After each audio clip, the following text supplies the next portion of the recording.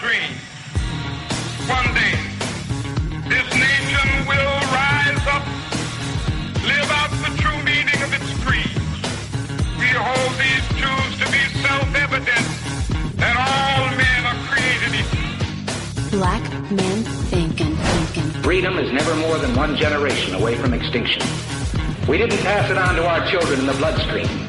The only way they can inherit the freedom we have known is if we fight for it, protect it, defend it, and then hand it to them with the well-taught lessons of how they in their lifetime must do the same.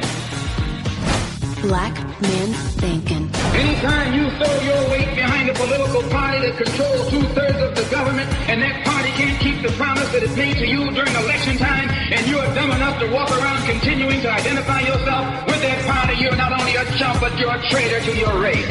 Black Man Thinkin. If we lose freedom here, there's no place to escape to. This is the last stand on earth. And this idea that government is beholden to the people, that it has no other source of power except the sovereign people, is still the newest and the most unique idea in all the long history of man's relation to man.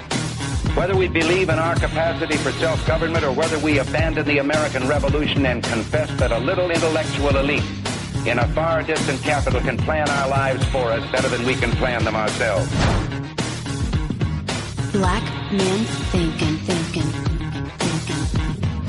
In this present crisis, government is not the solution to our problem. Government is the problem. Black Man Stanley Levy, Black Man Thinkin, here on the dominant force in Internet conservatism, TalkAmericaRadio.us. Also, WDDQ Talk 92.1 FM in Valdosta, Georgia. WJHC Talk 107.5 North Florida. FreedomInAmericaRadio.com and WLBB News Talk AM 1330 in Carrollton, Georgia. I think I'm going to pretty much take the first hour of the show and deal with the events in Charlottesville, but I doubt that I'm going to take it in a direction that is totally in line with what you may be hearing elsewhere, either in the news or on social media. I believe that white nationalists simply took the bait. The left, the progressive, particularly movements such as Black Lives Matter, have been baiting their opposition, their ideological opposition, whether that opposition is based on race or other political measures, baiting them to do something which they could then use as a weapon. And I believe with the events in Charlottesville, I believe that the white nationalists took the bait. First, the bait was the action to organize a march. I understand the whole thing about being upset that there is a political movement, wrong-headed as it may be, to remove certain historical landmarks from the landscape of the United States simply because someone else is butthurt about them. This is wrong on a lot of levels, and it actually looks more like Islam than it does America. America doesn't get rid of things. America remembers things.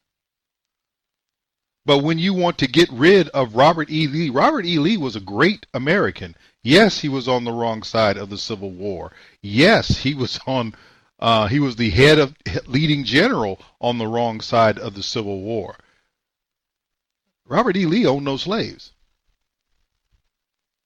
Robert E. Lee was not a fan of slavery, but Robert E. Lee was someone who believed that the states should solve and address their own problems as opposed to having a federal government impose solutions upon them. There is no one that I've ever read in history who had an overly critical word to say about the man Robert E. Lee. Haven't seen one. Does that mean he was a perfect human being? Of course not. But to go after him simply because he's caught up in this whole idea that everyone who was a part of the Confederacy and everyone who was part of the South should be expunged from American history, well, I'm sorry, that's simply wrong. But there's something more wrong than that in today's American political landscape. And that is to oppose removal of historical figures using the tactics of those who seek to have them removed. Demonstrating was the wrong tactic to do. It never made sense.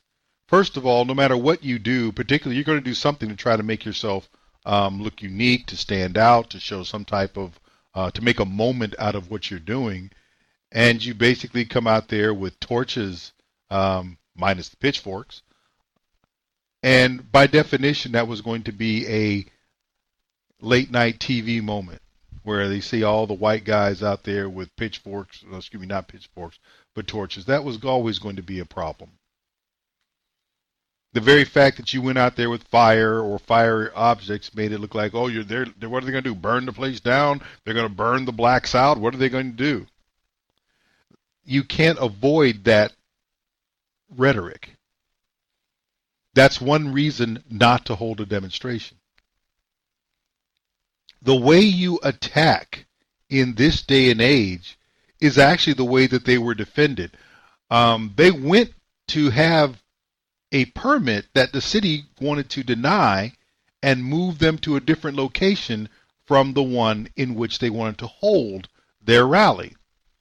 The way to oppose that was, from all places, not surprising, if as long as they keep true to their stated goal, the ACLU defended them, much like the ACLU defended the Ku Klux Klan in earlier decades, and their right to hold these protests in those places where they chose, because that is simply their First Amendment right.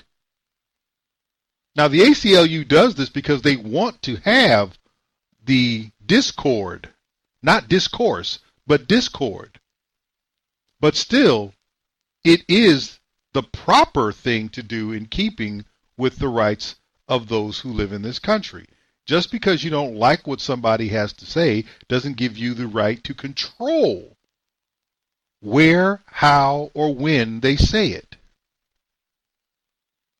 Yes, there are limits on First Amendment speech, but walking around with a linted citronella torch and chanting blood and soil is hardly inflammatory to a reasonable person. It may be humorous, but not inflammatory. They were going to have a problem, and I do mean this sincerely. They were going to have a problem because the progressives in government and in education, and remember, they were doing this in Charlottesville at the University of Virginia, and if you haven't noticed, there is hardly a single major college or university in this country that is not infected with progressivism. And you want to come against one of their favorite of the day topics, which is expunging Confederacy and the history and the memorabilia thereof from the American landscape, well, you're going to run into some rather stiff opposition. And these people get paid to talk. So you had the governor, you had the mayor, the same mayor who pulled the same nonsense that you saw in Baltimore, which is have the police stand down. The same nonsense that you saw in Ferguson. Instead of stopping the protest, having the police pull back and allow everyone to quote unquote express themselves. And in all these cases, whether it was New York City, whether it was Baltimore, whether or not it was Ferguson, whether or not it was Charlottesville, the only people who were allowed to express themselves freely were progressives. And in all cases where progressives expressed themselves freely, either as the primary actor in a protest or a demonstration, or as the antagonistic person or party in a demonstration, they are violent. They're simply violent. They're violent in their rhetoric, and they will go to physical violence, particularly the case since the election this last November. You've seen violence from the left at universities. You've seen it in the streets. You've seen it show up in Black Lives Matter protests and those who glom onto them. You saw 5 Dallas police officers get gunned down in one evening.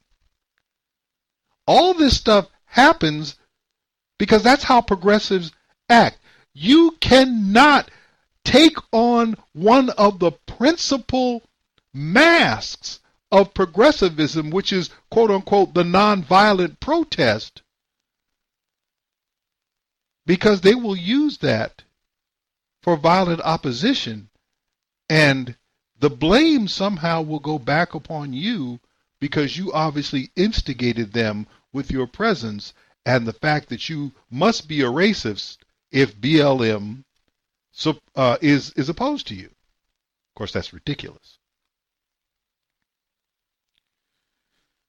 So they went with the wrong tactic. They should have never left the courtroom. That's all you do. Sue them. Tie them up in court. Pay somebody to talk in a courtroom the same way they want to talk into a microphone. You can talk to the microphone all you want and try to move public opinion. You've already lost public opinion by speaking directly against them. No, the more you let progressives talk without responding to them, their lunacy is exposed. When they are responding to you, it makes you look like you have a lunacy problem. They're very good at that. And when you're out there marching around with torches and flags and saying blood and soil, I'm sorry, that's going to cause a problem. Shouldn't do that. And again, they did not take into account the violent progressivism of Black Lives Matter and the Antifa movement. You got to understand, white nationalists are not violent people. Well, the KKK ain't busted a grape in more than 3 decades. What do they do? Name the last time some white supremacy group, when you can find them, has even been credibly shown to have done harm to people of color. It is a rarity. It just really is almost a statistical anomaly. However, the progressives will hearken back as far as they need to in history to find some picture. Yeah, back in 1921, you know what they did in Tulsa.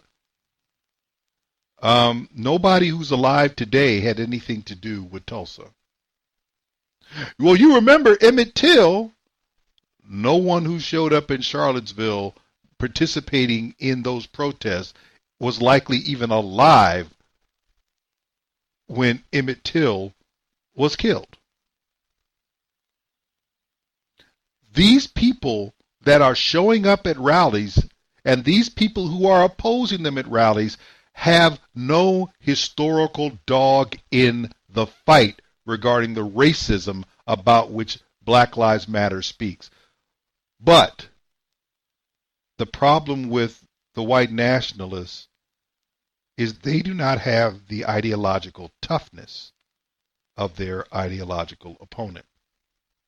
You don't show up at a rally chanting blood and soil and expecting everybody to get along with you. You have to be prepared for that. Being prepared for that, if you understand what that means in this age, in this time with the media coverage, means you cannot respond in kind on camera to antagonism and provocation from the left. They're going to show up. They're going to show up. They're going to have their faces covered. They're going to show up when it's dark and it's hard to see them. They're going to show up with weaponry of some type, and they are going to inflict damage so that they can provoke a reaction. That is going to happen. If you do not go prepared for that, and let's face it, the days of the Martin King type demonstration where people, when they were attacked, would simply lay down and take the blows so that the whole world could see? There is no such thing as the sympathetic white man in this country. The white man cannot sit down, cannot lay down in the street and take a beating from black people, and the American people are going to turn and say, this must stop. They're not going to do that. So you didn't take into consideration who was coming to oppose you. And of course, the white nationalists don't have a violent agenda of their own. Oh, yeah, they want to take over the country. They want to put everybody in chains. Really? Get out of here with that foolishness. These people are pussycats. Their desire is not to take up arms.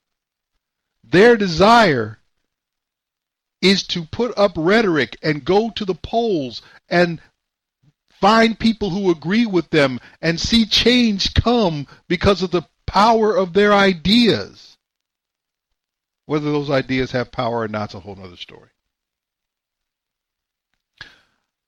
The white nationalists at Charlottesville, after months of prodding by the left, took the bait and held an action. And as a result of them taking that action, they allowed the Antifa movement, Black Lives Matter, and every other leftist nut job group counterpunch them. And they were not ready for that. We'll talk a little bit more about how they took the bait in the next segment. This is Stanley Levy, Black Man Thinkin'. We'll be back right after this.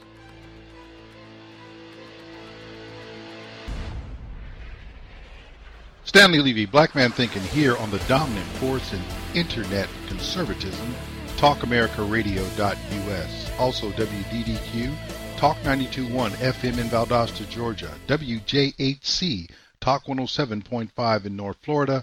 FreedomInAmericaRadio.com. And WLBB News Talk AM 1330 in Carrollton, Georgia.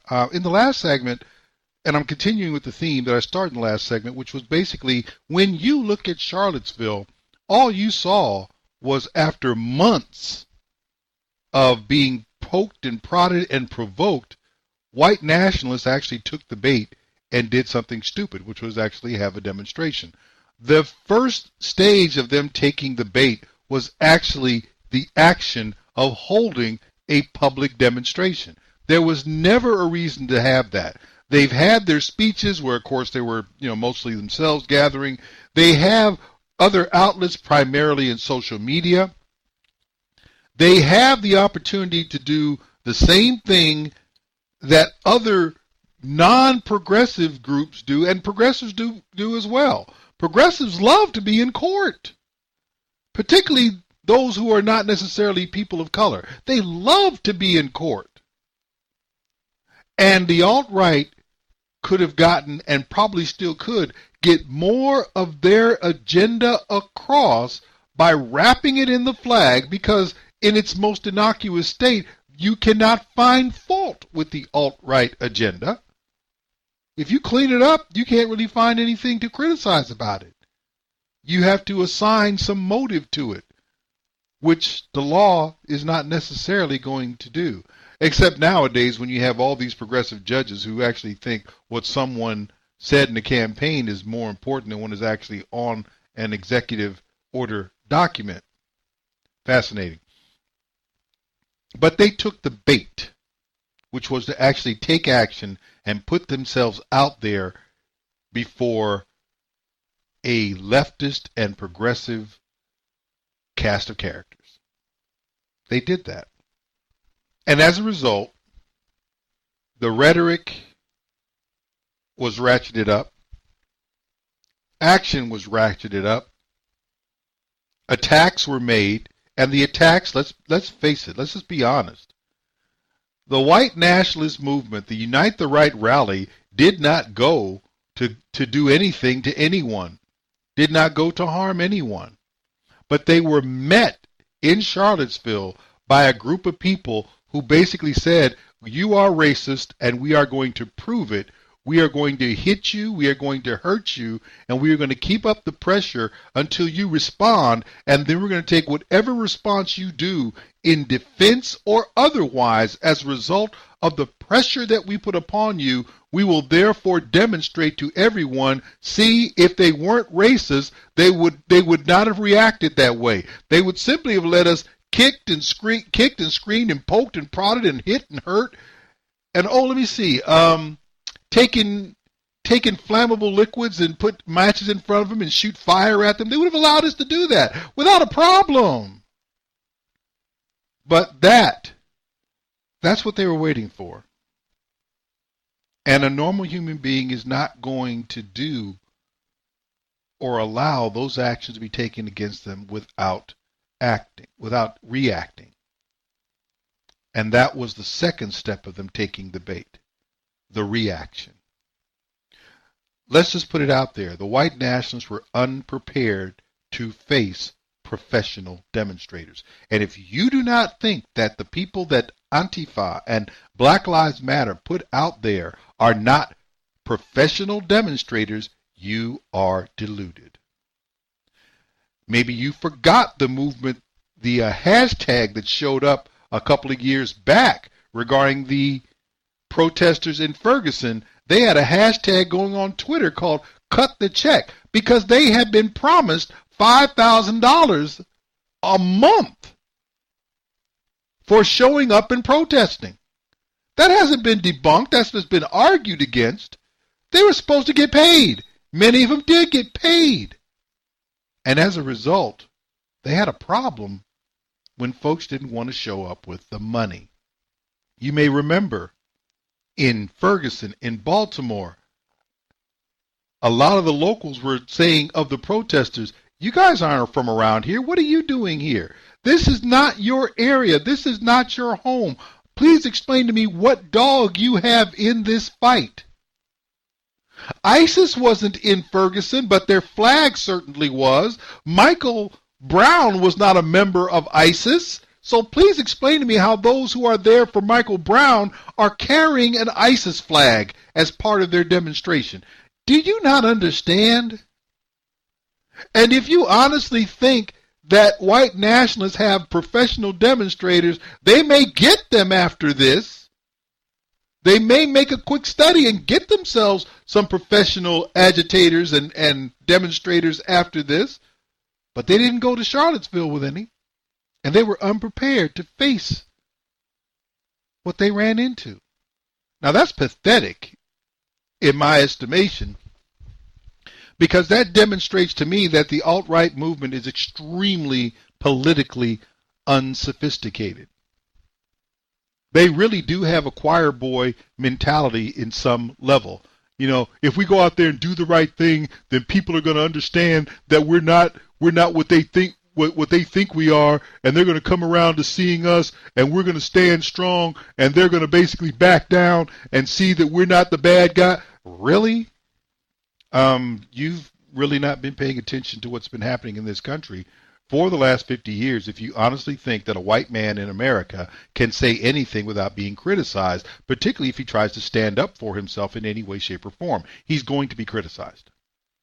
And if he puts himself out there in a way that he should not be attacked for race just in the same manner that blacks should not be attacked on race, if you are really so naive as to not understand that there is a race bias in this country against the white person, he can't say that he's been discriminated against even though he is.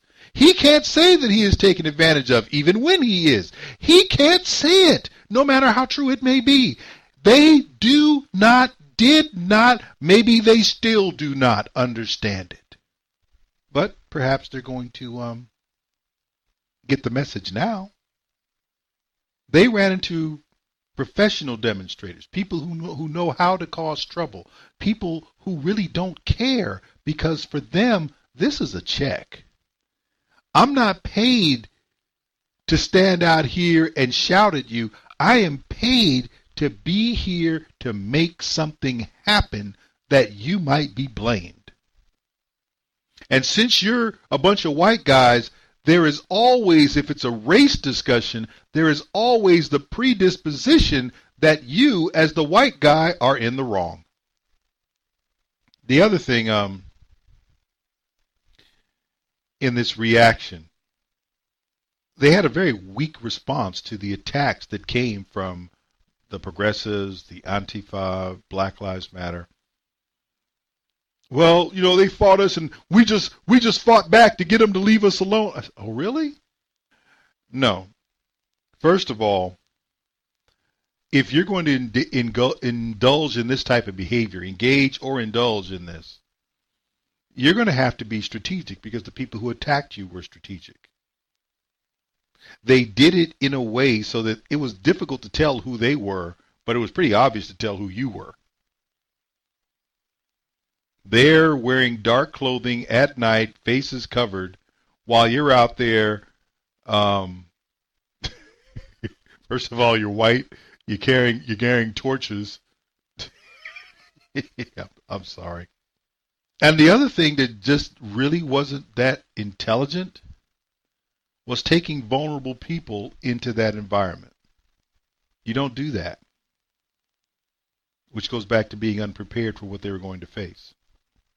What you do, and of course this is all Monday morning quarterbacking, but had they asked me beforehand, what should we do? I might have told them, you know what? You're going to run into opposition. So the question is, what are you going to do when you get opposed? Because they're not going to just be shouting at you. If that doesn't move you, they're going to ratchet it up. They're going to get a reaction out of you, no matter what they have to do. If they can just shout at you and call you names and get you to respond, that is good enough. They'll get their response. If they have to throw rocks and bottles at you, if that's what it takes to get you to respond, then they will move it up to that level. If they have to take cans of lighter fluid and cans of spray paint or whatever, and other flammable liquids, and hold a match up to you and shoot flame at you from 5 feet away, if they have to take baseball bats to you, whatever they need to do to get you to respond so that they can say an action was taken and that you were violent, they are going to do that. They have no limit, because they are hired hands, anti-American, and don't give a rat's behind about you. Well, you try to say, well, they're not all like that. No, the problem is, it's not a matter of them all being like that. It only takes a few. And they were there among the Antifa and Black Lives Matter people. They were there. Because the people who were starting fights weren't the old middle-aged black women in sneakers who were going to sit there and talk about, who are you? You a racist. They ain't the ones. Because they're not going to cover their faces because it messes up their shout. I digress. The real problem here in the reaction, because there's an old saying, and a lot of times it involves things economic, but it should also guide you politically. Know how you're going to get out of something before you get into it. Know what the end game is before you start the game. Understand the purpose of your action, and understand when that action has been complete so that you can get out of the way. In this case, they needed to understand the purpose and the goals of their opposition. As soon as you announced that you were going to have a demonstration, your opposition understood that their purpose was to make you look like racist in actuality. They needed to get from you a racist act. Did they get one? You could say, and very few people would have an argument to go against it, that the one young man, the 20-year-old guy who drove a car into a group of people and ended up killing somebody, well, you know what? You could argue that that was a racist act. of course, the person he killed was white. But, he didn't kill anybody black. I don't even know if the people among the people who were hurt, if they were black.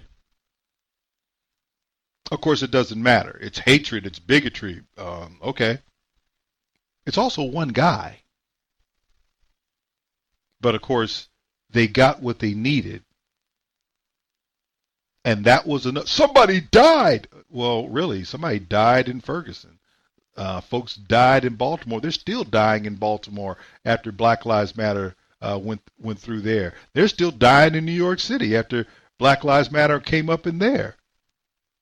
But again, you did not understand the purpose of the opposition.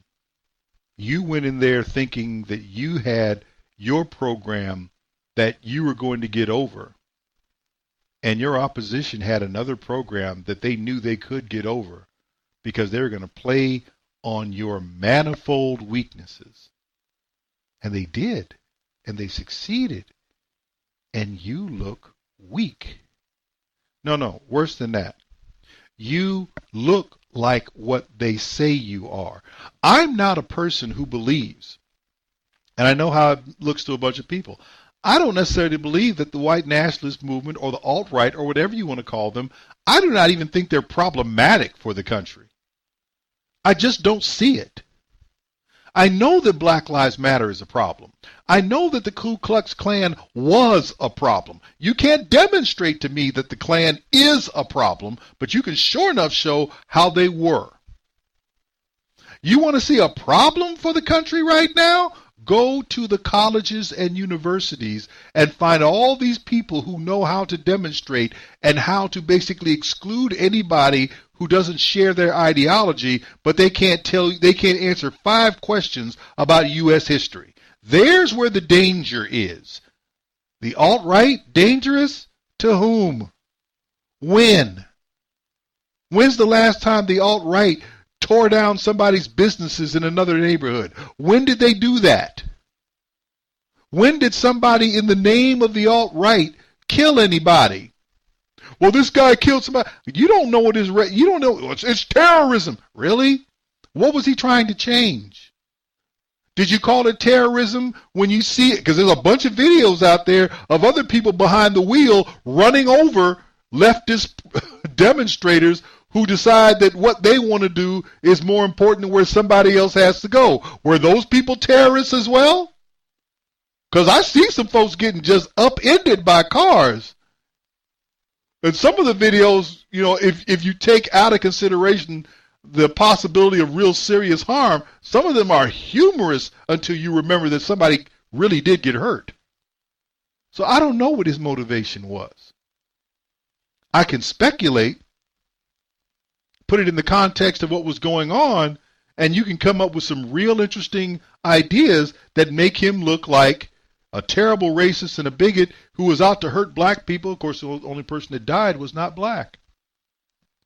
They got the reaction from these people. They got the reaction from the nationalists and the alt-right because you took the bait in the first place by being there. And once you took that bait, you took the other bait of being provoked until somebody broke. You had people who simply got into altercations and fistfights until they recognized that, you know what, they're not fighting. They got baseball bats. They got flamethrower devices. They got a whole bunch of things. They're out to really do some harm to you. And for whatever reason, this 20-year-old guy snaps and drives a car into a group of people and ends up killing someone. All this because you did not control your people before you went there. Martin Luther King and John Lewis and those guys, when they were going into a protest, into a demonstration, they would talk to their people about what they were going to encounter and help them understand how you should deal with it. It's the same thing for people who are on sports teams. When I played football in high school, before every game our coach went through, despite the fact that we had gone through, practice and everything else, on the day of the game, hours before the game, before we would go out there in uniform and show up and work out and warm up, he would tell us, this is what you need to expect when you go out there. You didn't tell these people. You didn't get everybody together. If you're going to show up in Charlottesville, you need to be ready.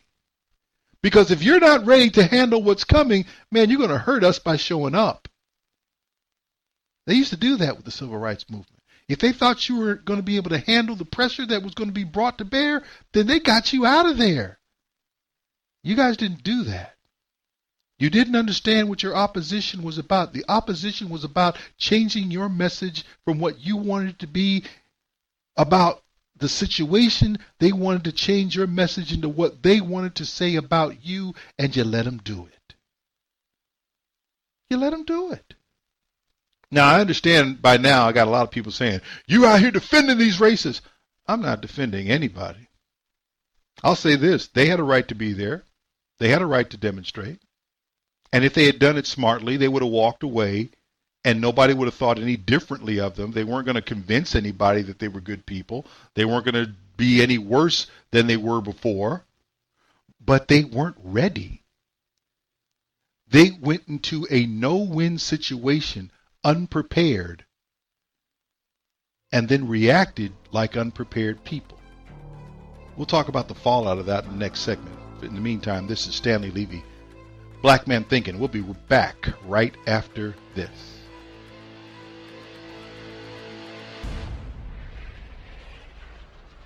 Stanley Levy, Black Man Thinking, here on the dominant force of internet conservatism, TalkAmericaRadio.net. Also, WDDQ Talk 92.1 FM in Valdosta, Georgia, WJHC Talk 107.5 in North Florida, FreedomInAmericaRadio.com, and WLBB News Talk AM 1330 in Carrollton, Georgia. Going to wrap up this first hour where I'm talking about what happened in Charlottesville from a slightly different perspective.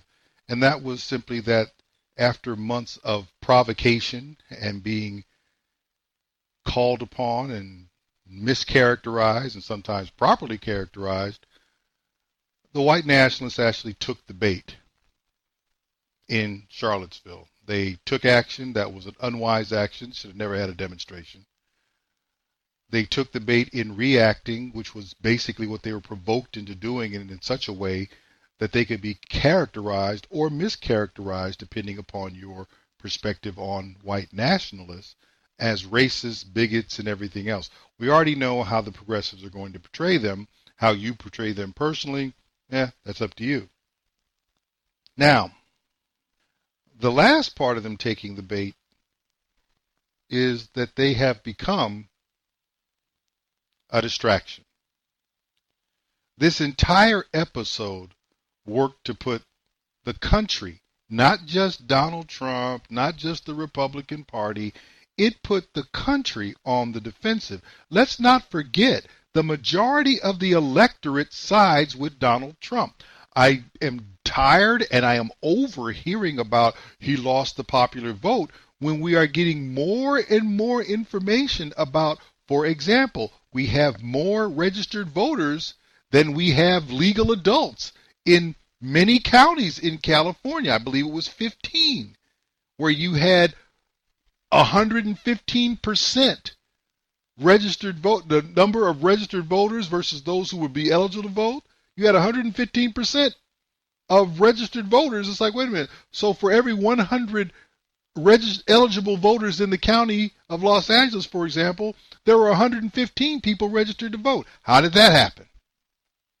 And LA's not the only county. And the percentages ranged from 105% up into the 120%. So you're looking at this and saying, what the heck is going on? So miss me with the popular vote nonsense.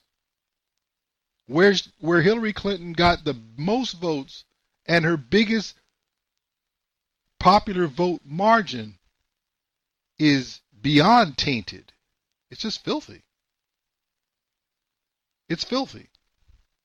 And you're going to have to figure out what's going on with that in order to deal with just how bad a situation the Democrat Party has. But that's a different story entirely. What we really need to look at, though, is back to the fact that the white nationalists took the bait and became a distraction.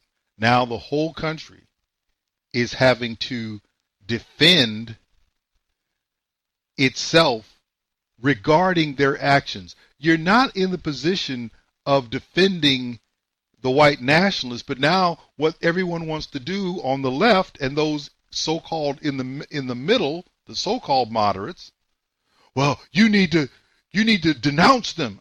Denounce them for what? Well, because they hate people. What did they do that was hateful? Well, they ran over somebody with a car. I said, that was one guy. So let me get this straight.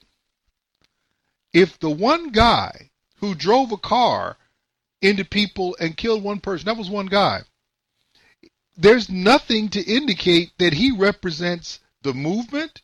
There's nothing to indicate that he even represents that rally. If he is a problem for and is speaking for all of white nationalists and all of the right, then what do you do with that guy in New York City who killed his girlfriend in Boston, posted on social media that he was down with White Lives Matter, then drives up to New York City, all this in the wake of the killing of Mr. Garner, goes up to New York City and kills 2 Brooklyn cops, neither one of them white. What do you do with that? Because you broke your neck trying to say he had nothing to do with Black Lives Matter. He does not speak for Black Lives Matter. But this 120-year-old guy speaks for all the right? Really? How's that work? You said nothing about the guy who went out there and shot 5 police officers in Dallas and decided he wasn't going to go down without a fight. They had to kill him. He shot civilians, he shot cops, killed 5 officers, and he was sympathetic to Black Lives Matter. Did you go out there and say that everybody need to denounce Black Lives Matter because of this guy? I don't recall you doing that. So if this guy with a car kills one person and that means the whole movement should be denounced, what do I do with a guy who was a sniper and kills 5 police officers? Does that not give Black Lives Matter a whole lot of things? Well, we can't prove that he was with the movement, and you can't prove that this guy who drove the car was with the white nationalists. You can't prove that he was a member of the alt-right.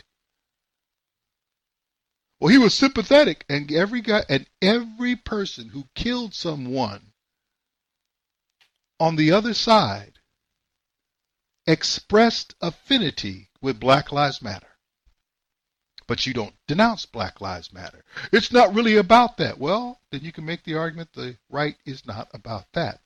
But because you took the bait and held the demonstration, because you took the bait and reacted in the way that you did, you put yourself in a situation where people are being called upon to either denounce you, or if they don't denounce you, they must embrace you, and therefore we bring the dreaded R word into play again. If you don't call these people out for being ugly bigots and this, that, and the other, and racist and hateful and on and on, then you're just like them. And you really? No, you're not. All we have here is a rogue. They tried to do the same thing with this with Dylan Roof. Well, Dylan Roof, he's all white people. Really? He's all white people? That's what white people think about you. He's with the KKK. The KKK don't even claim him. He didn't necessarily say he was a member of the KKK. And the Klan ain't claiming Dylan Roof. They may not be upset about what he did, but they're not claiming him. He didn't act with them. This guy here, what do you think? He was on orders from the head of the white nationalist movement to get in the car and go drive into people? Is that the nonsense you're going to put out there? If you're going to put that nonsense out there, then that guy who shot 2 cops in Brooklyn, he was on orders from Black Lives Matter. D. Ray Johnson got in the head of the Dallas sniper and said, man, you need to take out some of these cops. That's the only way to go. Oh, well, he wouldn't do that. Really? Well, who did this? It's a distraction. Because we're no longer talking about what Obamacare is doing to people, and it's messing folks up.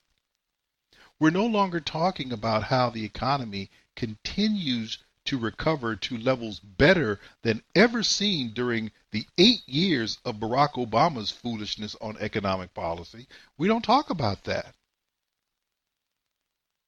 We're not talking about an improved foreign policy position in most of the world, particularly in the trouble spots where America is seen as stronger than it was during the Obama administration, particularly the closing days of the Obama administration. We're not talking about that. We're talking about one demonstration in one city in the U.S. that by and large probably affected, it didn't even affect the whole city. It didn't even affect the whole of the campus of the University of Virginia. It didn't. But that's what you're talking about. And you don't see a problem if you don't see a problem with that. If you don't see a problem with Trump didn't denounce them strongly enough, how strongly is he supposed to denounce them? He didn't come out there and call the alt-right out by name.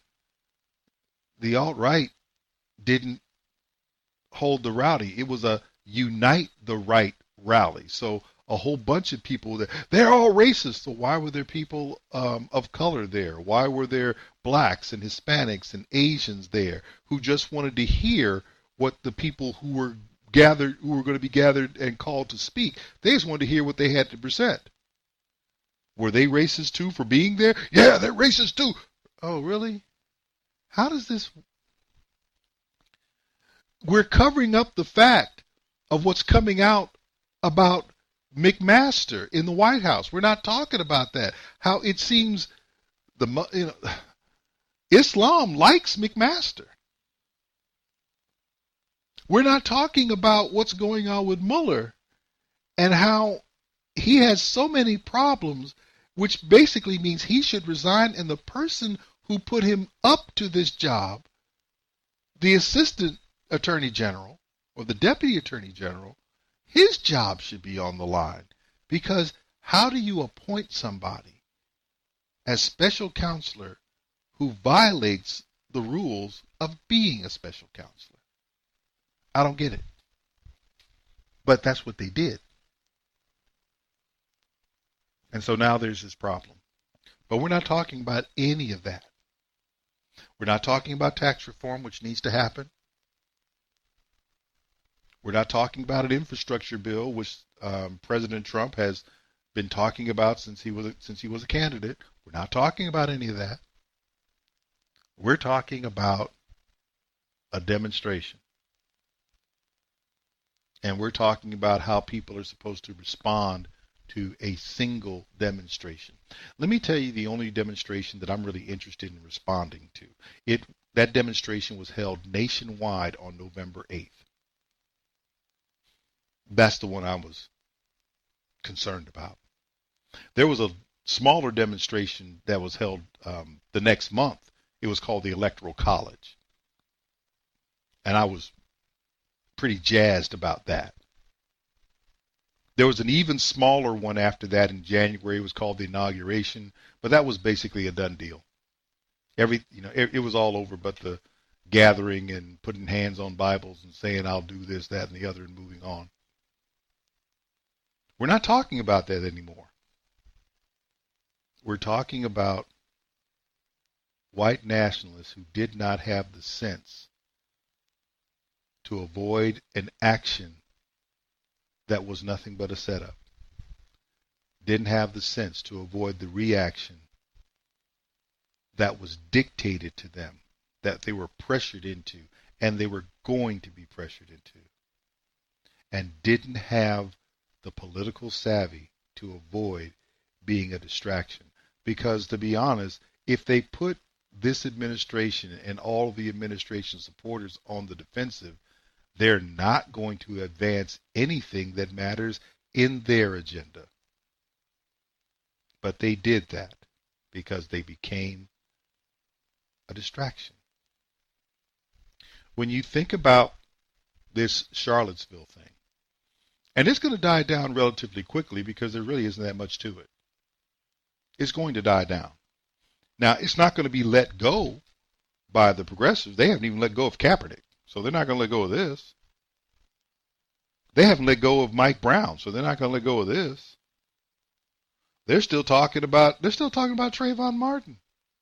So understand that the lefts and the progressive folks and Black Lives Matter and all these other fine people are not going to let go of what happened in Charlottesville. The truth of the matter is they were the problem. Let me make this clear to you. If Black Lives Matter doesn't show up in Charlottesville, nobody dies, nobody gets hurt. Period. When the alt-right and the white nationalists did not show up in New York City, they did not show up in Ferguson, they did not show up in Baltimore, and in the latter two of those three places, blacks died and their businesses were destroyed. How many businesses were destroyed in Charlottesville? How many people lost their livelihood in Charlottesville? Well, somebody died there. Somebody died in Ferguson. I don't hear you being concerned about that. People died in Baltimore. They're still dying in Baltimore. I don't hear you being concerned about that. And if you're not going to be concerned about the loss of multiple lives during and in the wake of Black Lives Matter demonstrations, excuse me while I do not conjure up all kinds of emotional upset over one person who dies at the hands of some unhinged individual. And I say that because if you're going to drive a car into a bunch of pedestrians, that's not necessarily the act of someone who is in full control of their faculties. I got a problem with that. I don't think it's cool. I think it should stop. But I'm going to turn this over to my good friend Ron Edwards, who I believe is going to talk about what is and isn't going on in Congress. And since they're on recess, and wow, it's amazing the timing of things. He's going to talk about that. And once he gets done, we'll be back with hour 2 of Black Man Thinking.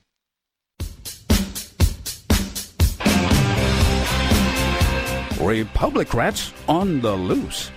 Hello, I'm Ron Edwards. On today's page from the Edwards Notebook, for the most part, the only Republican who has consistently tried to stem the tide against the leftist Democrats' mission to literally demolish America has been President Donald Trump. For 7 years, we endured the Obama regime.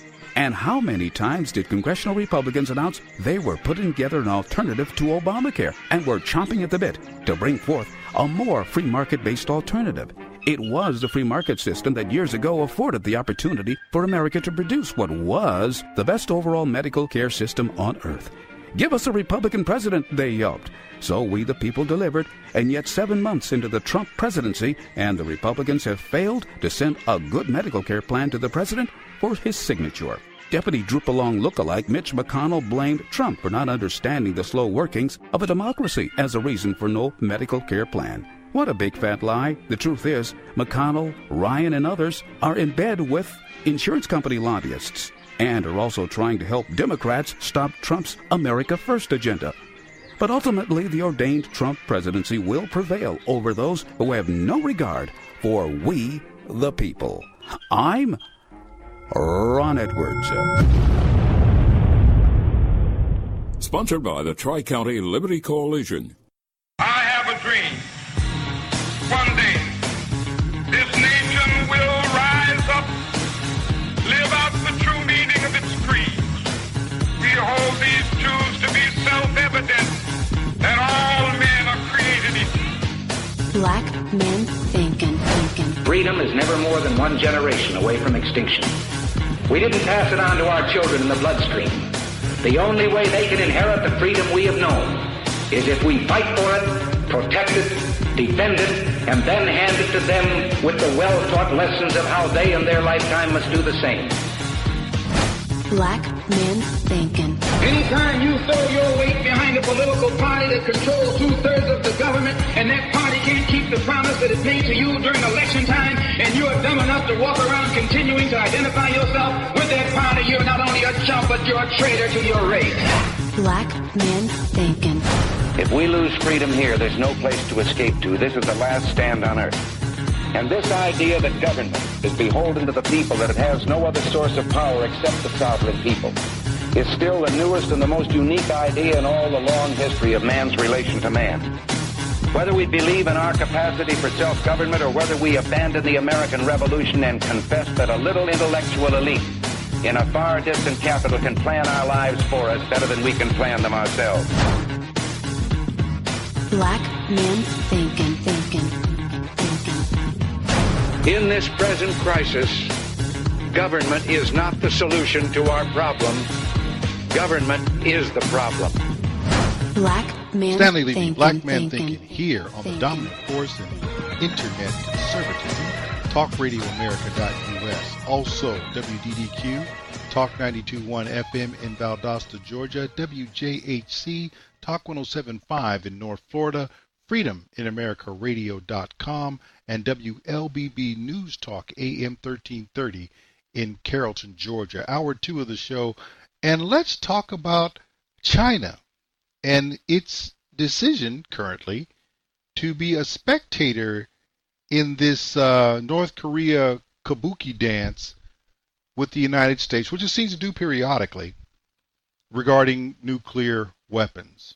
You may remember, or you may not, even before, I think it was back in the 1970s, maybe with even Richard Nixon, you had discussions because there was a desire for a non-nuclear North Korea, seen as a belligerent nation, because that's what they are, to develop nuclear weapons. And the prevailing wisdom at the time was, well, if we help them out economically, if we help them feed their people, because North Korea has had a problem with feeding its population for quite some time. Well, if we do that, then they won't see a need to develop nuclear weapons, and we can kick that can down the road.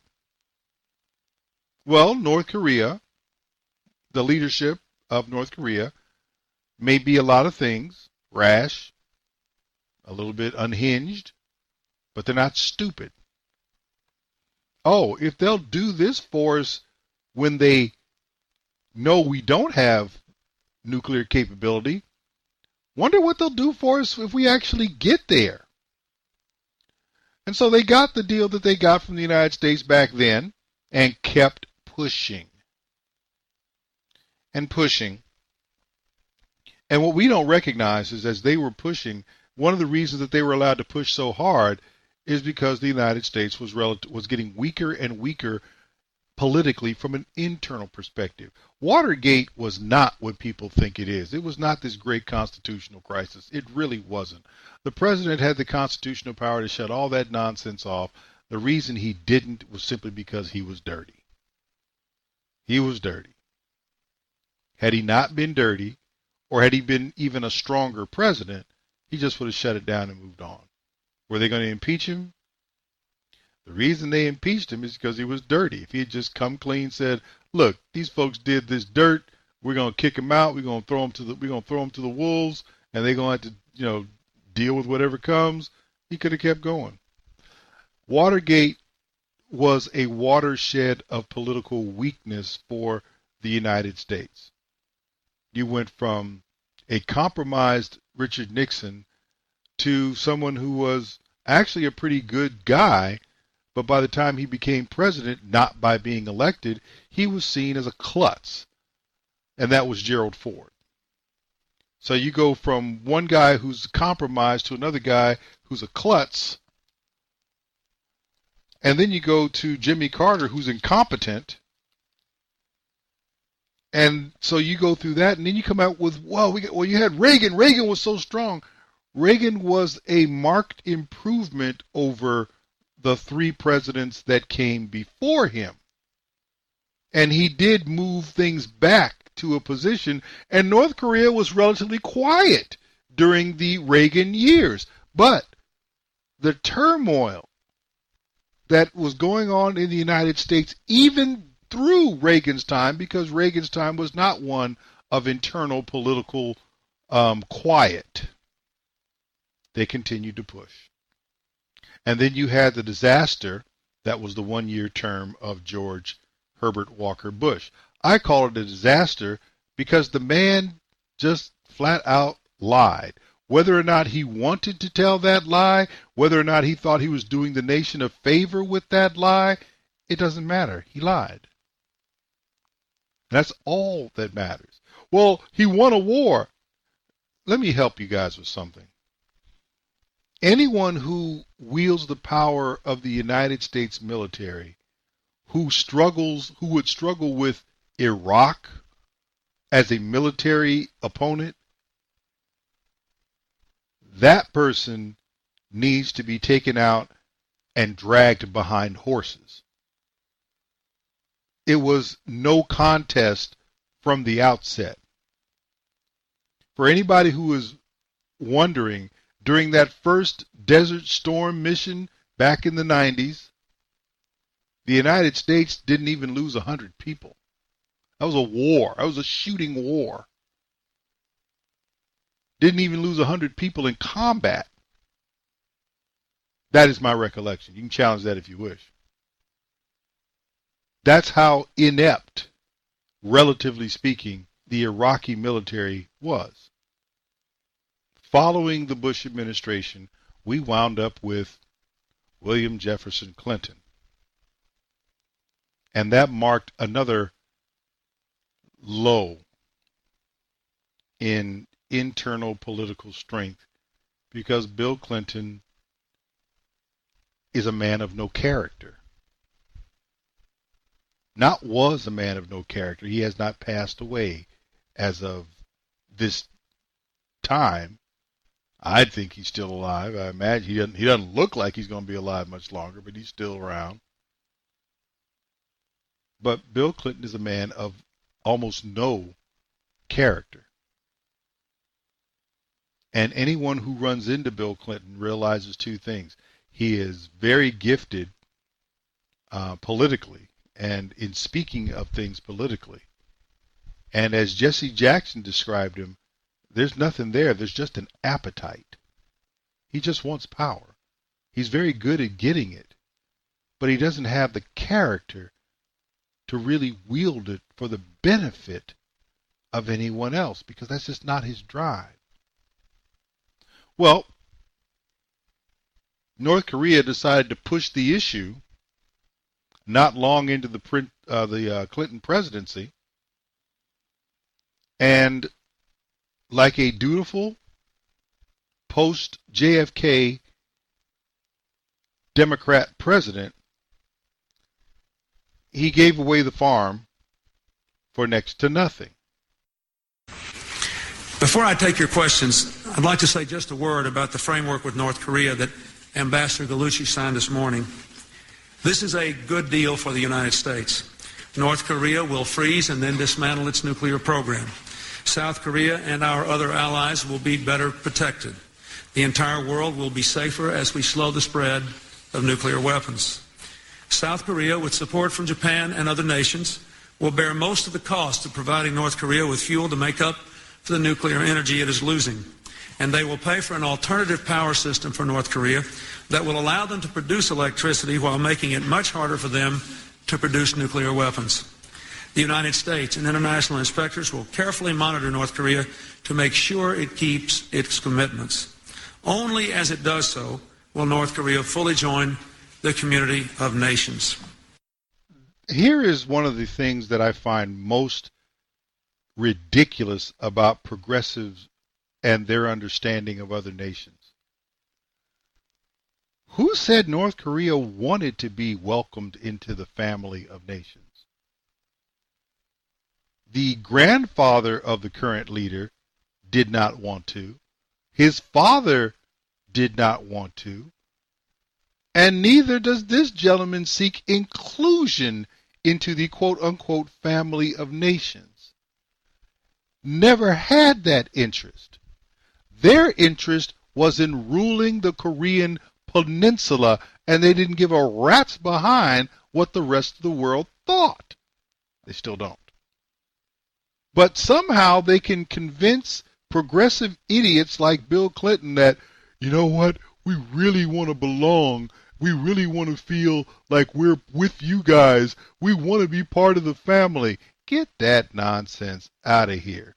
How can you sit up here and threaten somebody for more than 6 decades and keep a nation of one ethnic group separated for more than 6 decades, but you want to be part of the family? And somebody believes this nonsense.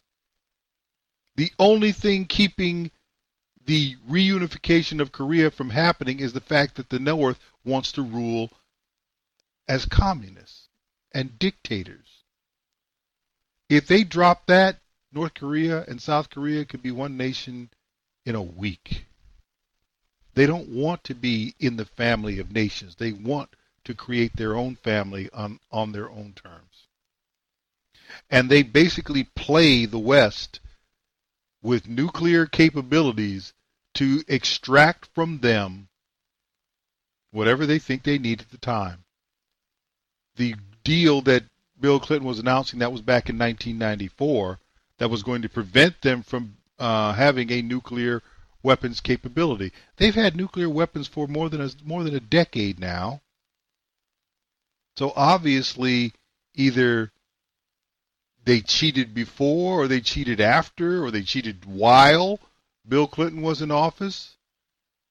Because if you look at where they are today, there was no way they were supposed to get from where they were in 1994 to where they are today had they listened and heeded and followed the treaty that Bill Clinton put in place. Fast forward past George W. Bush, who didn't do anything with North Korea.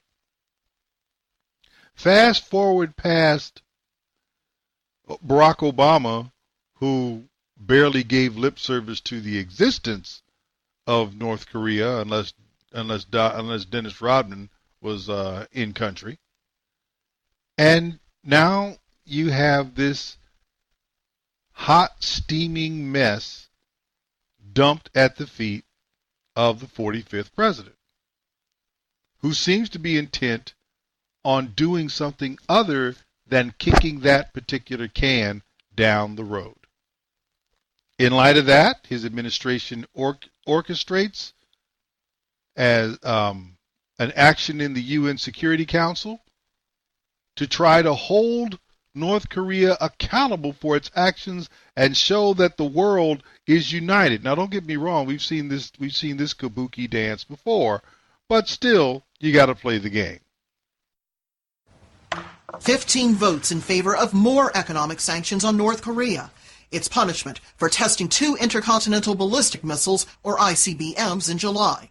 The U.S. drafted the resolution and thanked the other council members for their support, but said sanctions alone are not the answer. The North Korean threat has not left us. It is rapidly growing more dangerous. We've seen 2 ICBMs fired in just the last month. Further action is required. Even so, the sanctions, negotiated by the U.S. and China, are meant to deny Pyongyang cash to pay for its nuclear weapons program. From now on, no one can buy coal, iron, lead, or seafood from North Korea. Its $3 billion export income now slashed by a third.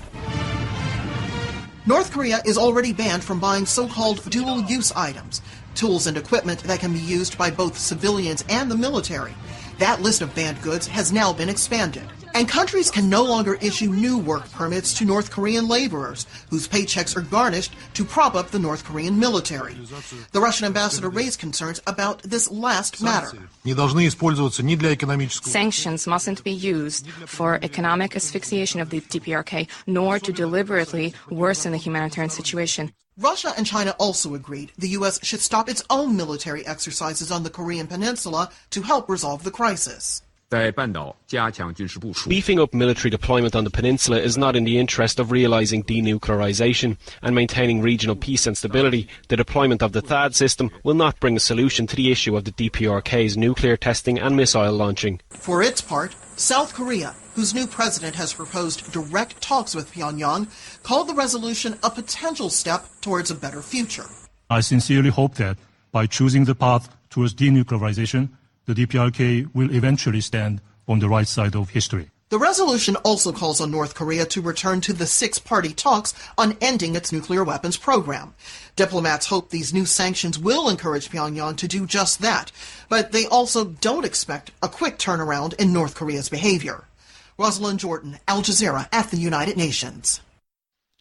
I have to take my hat off to Al Jazeera.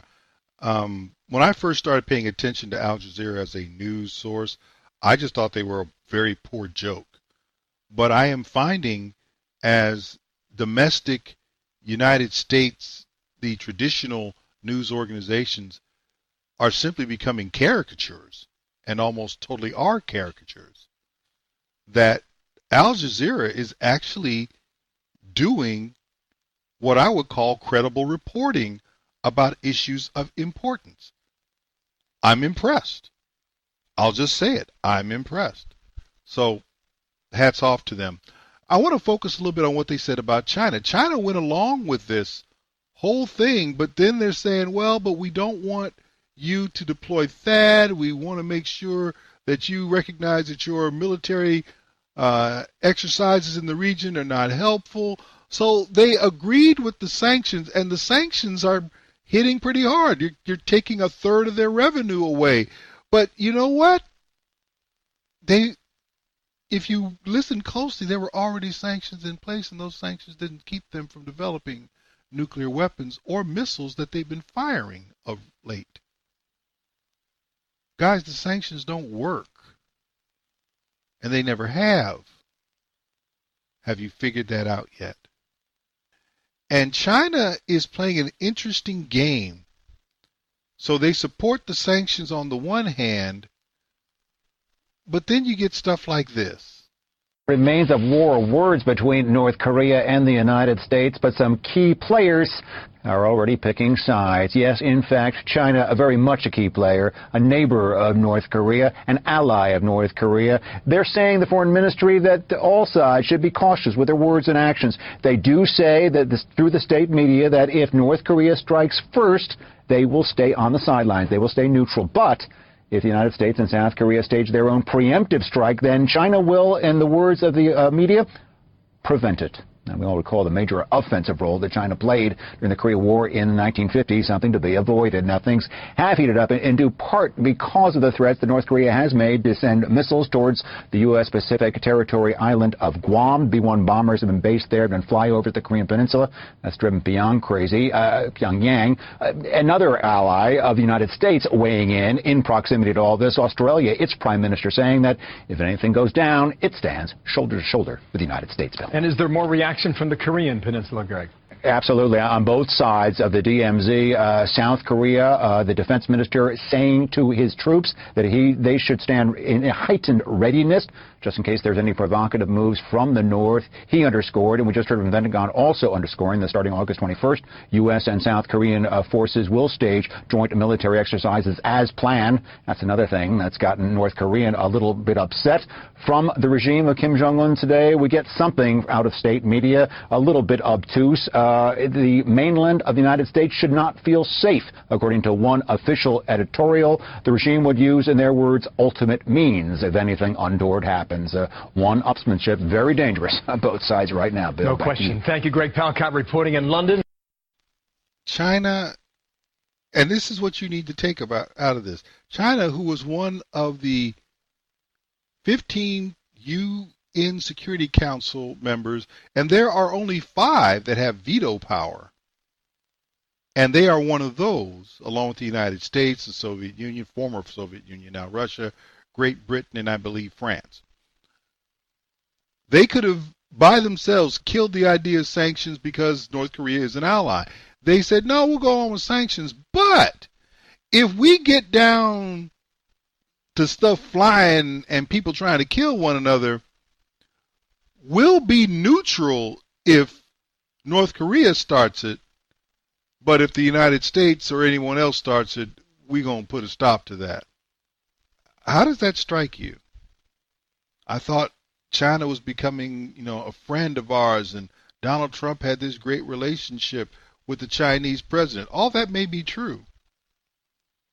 But if you have forgotten that China is actually a rival in international affairs, in economic affairs, then you really don't understand what's going on. China wants power, principally economic power. And one of the ways to do that is to have those who are ahead of it. And there's only one right now, and that's the United States. Run into problems that weaken its economy by draining its resources. And nothing does that quite like a war. So they know that if the United States initiates a war, it won't take long to take out North Korea.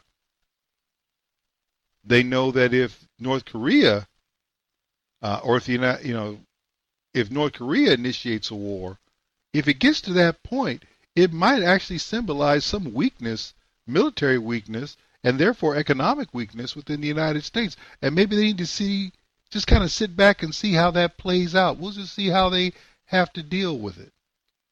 If you haven't figured out that China, though they may be willing to cooperate in some areas, is still not your friend. And they will use North Korea in the 2010s the same way they did in the 1950s to get whatever weakening they can out of the United States from a political, economic, or simply resolve perspective. You don't understand international foreign policy at all. Stanley Levy, Black Man Thinking. We'll be back right after this.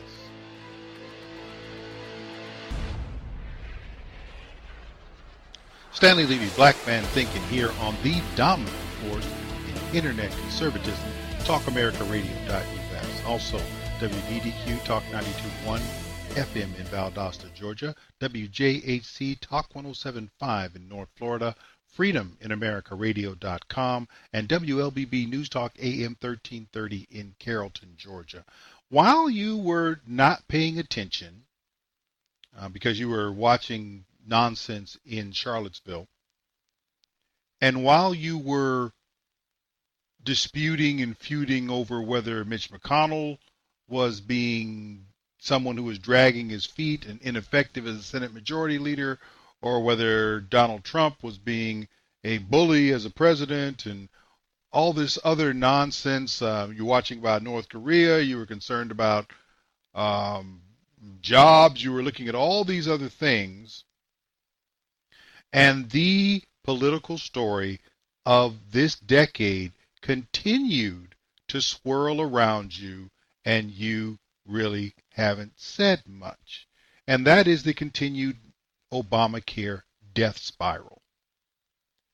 Since June, one major insurer, Anthem Blue Cross, has made some rather startling announcements since June of this year, starting with their leaving the state of Ohio.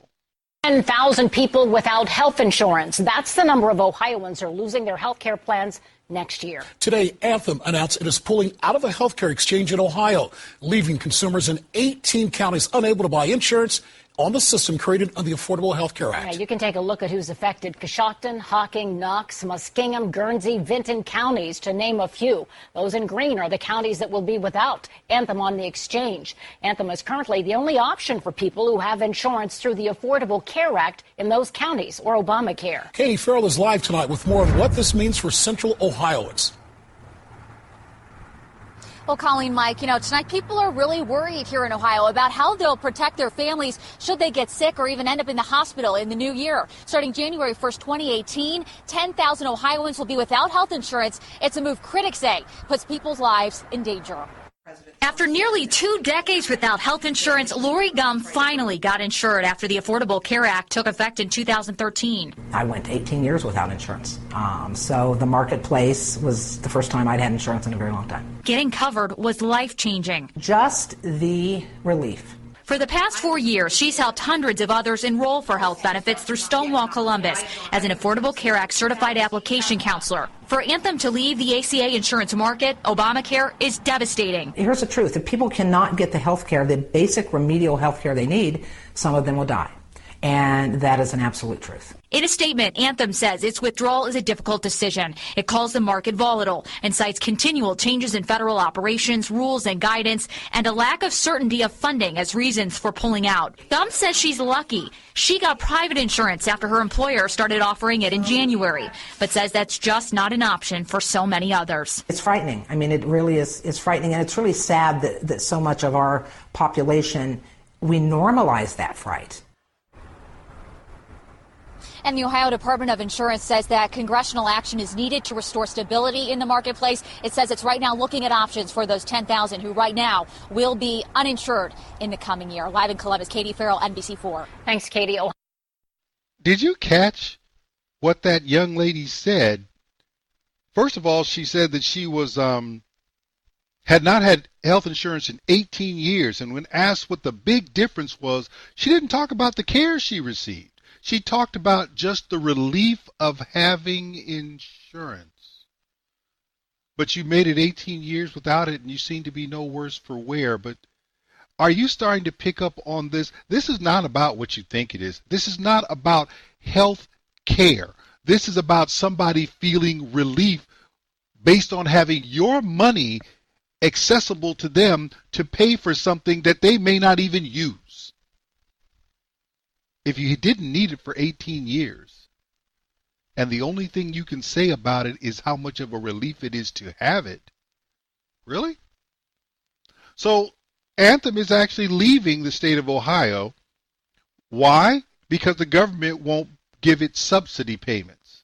So what you're saying is, unless the government pays insurance companies, then insurance companies can't afford to provide insurance. That's not where we were before 2010. That is not where we were before Obamacare was passed with only one party voting for it. That's not where we were. You had options in 2010. And now in the state of Ohio, there are a number of counties where they will have no options, because the federal government intervened in order to insure everybody. And now nobody is going to have access to this wonderful program that the American people never requested, or the American electorate never requested it. Now, I just told you that they left Ohio. That was back in June of this year. And that's not the only announcement that Anthem made regarding Obamacare exchanges. Anthem is dropping out of yet another Obamacare market. The insurer announcing yesterday it will leave Nevada's exchange next year and is also slashing its presence in Georgia by about half. William Lajeunesse is live in Los Angeles with details. Right, William, tell us exactly what this is going to mean for consumers. Well, about 7 million Americans get their health care through the state exchanges, working poor who get a federal subsidy on a sliding scale based on income to buy their insurance through a state exchange. Now, this year, premiums for them went up about 22%, and new rates are now coming out for 2018. But some providers are pulling out of the market entirely. The latest, Anthem Blue Cross, is leaving Nevada, parts of Georgia, as well as Wisconsin, Indiana, and Ohio. And Friday, Molina Healthcare left Wisconsin and Utah. Now, according to our research team in the Brain Room, 868,000 enrollees could lose coverage this year for 2018 if insurers who say they will leave do, in fact, exit the market. Losing an insurer is not good. That means less choice and less competition. It's a big inconvenience. That means that they're going to have to pick a new plan next year. Now, this is the latest snapshot of Obamacare. The green counties have 3 or more insurance providers. Yellow counties have 1. Red ones have none. And as of Friday, 2.3 million Americans, or 25% of those enrolled, will have no choice where they get their care. The fallout, Shannon, is not over. Providers have until next Wednesday to decide if they're in or out, so we could have more changes between now and then. Shannon? Okay, so what is driving this and why now, William? Okay, so one reason is neither President Obama nor President Trump is enforcing the individual mandate, that is, forcing the young people to buy insurance to subsidize the old. And secondly, insurance companies don't know if the administration is going to make up the difference. About 60% of enrollees in the exchanges qualify for that cost-sharing subsidy. The administration has not said if it will continue to provide $7 billion in subsidies next year, and without it, insurers will either have to raise rates so no one can afford it, or they'll have to cut payments to doctors and hospitals that they won't accept. That's always been a flaw in the system, and now some insurers saying we're out entirely because we can't make money. Back to you. All right, William Longinus, thank you so much. Wow. So not only is Anthem out in Nevada and cutting its presence in Georgia, Molina was leaving 2 states as well, including Wisconsin. That was just this past week. Are you getting the impression that what Donald Trump said about Obamacare is true? It's imploding. Well, it'd be all right if he paid the insurance company $7 billion. Excuse me, stop right there. You're trying to tell me that the way to make sure we have private health care is for the government to pay private health insurance companies to provide insurance. Have you lost your ever-loving mind? That's not private insurance. Well, that's just government subsidy. You need to subsidize the health insurance industry. You need government money to be poured into the health insurance industry. Under what kind of ridiculous scenario do you need a multi-billion-dollar industry which represents 1/6 or more of the U.S. economy to be subsidized by the Obamacare? That's the scenario. That's the nonsense that you went out and created to make 1/6 of the economy, and now even more than that, unsustainable unless you pour billions of dollars of taxpayer money into it. And you don't see the problem. And Obama did not enforce the individual mandate, which is still unconstitutional. I really don't care what John Roberts says. The federal government does not have the right to dictate what you will and will not buy. Well, you got to do certain things in the state. We're not talking about the states. We're talking about the federal government doesn't have that power. They never constitutionally had that power. They still don't. He called it a tax, which the law says it isn't, in order to get it through. Are you picking up on this yet? It's falling apart because the government won't do what is unconstitutional, even though John Roberts lied through his teeth and said it was. And the federal government is not giving a multi-billion-dollar industry even more money from the taxpayers. So you really? You don't see what implosion looks like. You are so caught up in your ideology that you don't understand that the economics of this was designed to fail. Oh, and Anthem wasn't exactly finished making announcements. U.S. health insurer Anthem Incorporated said on Friday it is leaving Obamacare markets in Virginia. According to Reuters, the move comes nearly 2 weeks after President Donald Trump called out insurers by threatening to cut the health care subsidy payments that make Obamacare plans affordable. His announcement came after repeatedly failing in his efforts to repeal and replace the Affordable Care Act. Health insurers such as United Health Group, Aetna, and Humana Incorporated have also exited most of the states where they used to sell plans. The insurers have asked the government to commit to making the $8 billion in subsidy payments for 2018. They say they may raise rates or leave the individual insurance marketplace altogether if there's too much uncertainty. Wow. Anthem is out in Ohio, out in Nevada, out in Virginia, cutting its presence in half in Georgia. Molina is out in Wisconsin and another state in the upper Midwest. All this was announced. The Ohio exit of Anthem was back in June. Anthem and Molina's announcements about Virginia, Nevada, Wisconsin, Georgia, all that happened within the last week. Well, if they would just make the subsidy payments, are you listening to yourself? So what you're telling me is the only way we can afford to have health insurance after 2010 is if the federal government takes your money and pumps it into, wow, it sounds like Medicare, doesn't it? Sounds like the plan all along, doesn't it? And before then, they were making money hand over fist, and they were paying. Well, they were still ripping us. No, you don't get it. The government was ripping you off by basically dictating to the insurance companies what they could sell you as health insurance, and not allowing what they could do in one state to be done for you if it was better than what your jacked up insurance commissioner would allow in your state. They didn't do that with car insurance. They didn't do that with life insurance. They didn't do that with any other form of insurance except health insurance. But you think this is Trump's fault and the Republicans' fault. And you don't recognize that they have taken what was one of the most viable and fast-growing parts of the U.S. economy and put it on economic life support. To what end?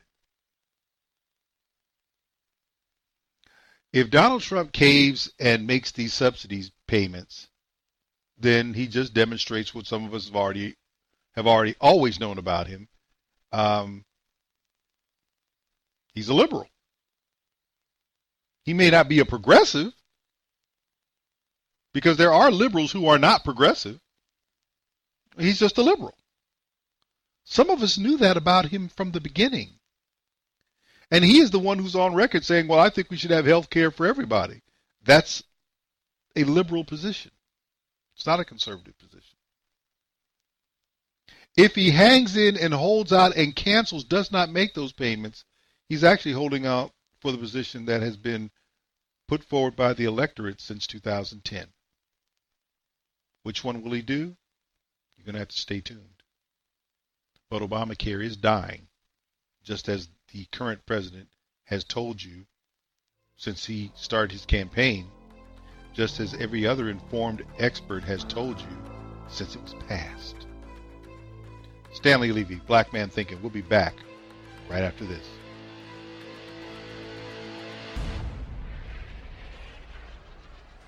Stanley Levy, Black Man Thinking, here on the dominant force in internet conservatism, TalkAmericaRadio.us. Also, WDDU, Talk 92.1 FM in Valdosta, Georgia, WJHC, Talk 107 North Florida Talk Radio, FreedomInAmericaRadio.com, and WLBB News Talk AM 1330 in Carrollton, Georgia. Final segment of the show.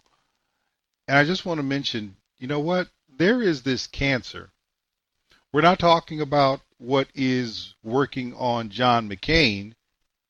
We're not talking about what took out the vice president, former vice president Joe Biden's son, because he's out there. He was out there back in March trying to get the Trump administration to deal with cancer, I guess in the name of his fallen son. There is a more dangerous cancer that affects more people than what has occurred to those two.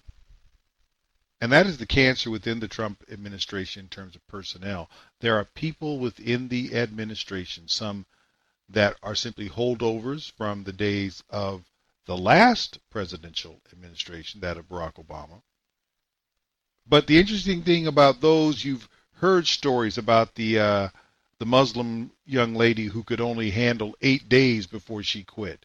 You've heard about the EPA official who had been terrorizing landowners for 25 years as part of his environmental justice position, and now he's been ousted. That's a welcome move for the country, just not for the social justice warrior types. And we've heard of others who have left the administration, quite a few, who are just so turned off by Donald Trump and whatever they believe it is he's going to do that they just cannot, in good conscience, remain in the administration. We're not really worried about those. Those are just the itty-bitty alligators that get kicked out of the swamp when the water level drops a little bit. They're not important. They never were important. They just were kept alive because the swamp was so dirty, so filthy, and so deep. Well, now the swamp is a little less deep. Not necessarily any less filthy, perhaps a little less dirty. So we're getting rid of people. That's a good thing. But it's the people that have remained and some who have cycled through. Most recently of those who have cycled through that proved to be problematic was Mr. Scaramucci. Scaramucci came in replacing John Spicer as communications director. And I think the issue with Sean Spicer was that, you know what? I think he and Reince Priebus, who was chief of staff at that time, were just a little bit too close. If I remember correctly, both are from the state of Wisconsin, and they have a personal friendship. And Donald Trump didn't particularly want Reince Priebus to be in that position anymore. But he understood that as long as Spicer was there, kicking a good friend of Spicer's to the curb, when both of these guys were connected establishment individuals, maybe that wasn't a good idea. So he brought in an enema in the person of Mr. Scaramucci. Scaramucci was picked to get rid of Spicer, and Spicer did a noble thing in saying, instead of me hanging around and trying to go through this transition, etc., so on, instead, he said, I'll just give him a clean slate and resign, which essentially signed Reince Priebus's death warrant. So, you bring in Scaramucci and you get rid of Reince Priebus. If you honestly believe that Donald Trump did not know what Scaramucci was going to do to himself as communications director, then you really don't understand Donald Trump at all. He just used him. That's one way to put it. He gave him an opportunity, understanding who the person was who was receiving the opportunity. Scaramucci was not a loose cannon. He was a well-aimed bullet. Now, had he become a quote-unquote smart munition after he had gotten there, then he still probably would have accomplished the goal for which he was brought into the White House, which was to get rid of Reince Priebus, but then he possibly could have had a career in the administration as communications director, possibly redefining that role into something that he could actually do. But he succumbed to his baser nature and went on a tirade. Some people just can't handle being in the spotlight. and he couldn't. And that put Mr. Kelly, former General John Kelly, in as chief of staff, and Kelly didn't want Scaramucci within 20 miles of the White House, and Donald Trump, putting faith in generals and seeing that Scaramucci was not ready to step up his game, let Scaramucci go. Is all that bad? Does that indicate the cancer? No. The cancer could be John Kelly. John Kelly's a good man, from all accounts. The problem with generals is their politics does not necessarily line up with their loyalties. Sometimes it does, sometimes it doesn't. Sometimes there's really no party to what a general officer believes is correct for politics. I suspect John Kelly could fall in that category. And the only thing that would keep him on the quote-unquote straight and narrow with regard to the American people is whatever personal loyalty he feels toward Donald Trump. Another cancer is McMaster. There are a lot of bad people who have very high opinions of H.R. McMaster. That is going to cost the Trump administration something. I cannot tell you what that would be at the moment. I'm not certain. But if I'm going to look at what happened with Scaramucci and Spicer and Priebus, I'm also going to this is me. You do not become a multi-billion-dollar real estate developer because you don't understand how human nature operates and who the people around you are. That doesn't happen. Nobody lucks up into that type of thing, particularly when they have to navigate multiple bankruptcies and upsets in your personal life like multiple divorces. No, you get an understanding of human nature. You get an understanding of who people are. And when you've been doing it as long as Donald Trump has been doing it, then you become a pretty quick study in people. Donald Trump is putting people in situations where he has a very good idea of what they'll do. I've told people before, I believe the guy has a genius political intellect.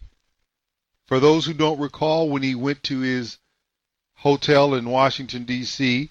and held a 30-plus minute event where the media listened to generals and Medal of Honor winners and everyone like that go on and on for, I don't know, a good 25, 30 minutes extolling Donald Trump and singing his praises. And then at the end of it, Donald Trump spoke 2 sentences, which effect said, yeah, Barack Obama was born in America, into discussion, and walked off the stage.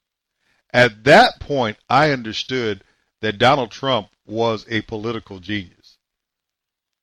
He took every one of his enemies and had them come to a place that showed off his particular talents, come there for free, and run a 30-minute Donald Trump for President commercial. Look at all these people that the American people respect who are saying that I'm the best guy for the job. That's genius. And because I have that opinion of Trump as someone who can read people and put people in positions that are advantageous to him, I'm wondering why McMaster is still part of this administration. I'm wondering why the current Deputy Attorney General is still part of this administration. I'm wondering if the reason for him to put so much pressure on Attorney General Jeff Sessions is for him to do what the president cannot do without being criticized. which is basically run investigations and fire those who basically have an unfair bias against the current administration. That would make sense to me. It would make sense to anyone else as well. I don't know what they're going to do. I just know that so far, every time I thought Donald Trump was in a tough situation, he has used the turmoil of personnel to clean certain things out and to clean certain things up. Cleaning certain things out does not always look pretty, by the way. And I don't know if he can keep this up. I don't know if he's going to have a misstep because, as Mitch McConnell said, he hasn't been in this line of work before. But for someone who is undoubtedly a rookie at the game of politics and steps into it at its highest possible level in these United States, the guy's not doing all that bad. But we have a lot of distractions going on. And Donald Trump has to be very focused and very careful not to let the distractions derail him. I do think that he's capable of doing that. But I also know that he is in the water with a lot of snakes and a lot of sharks. And the American people have yet to get it in their head that he is their employee and not their savior. Whatever it is they believe needs to be done, they need to do it. And showing up every other November to vote is inadequate to protect your interests. And that's our show. As always, God bless, God keep you. Remember to take care of those who matter, because their liberty should be your primary concern, and sparing their life as best you can so that they can enjoy that liberty should be your highest pursuit. Hope to see you next week. Do take care. Until then, may God bless.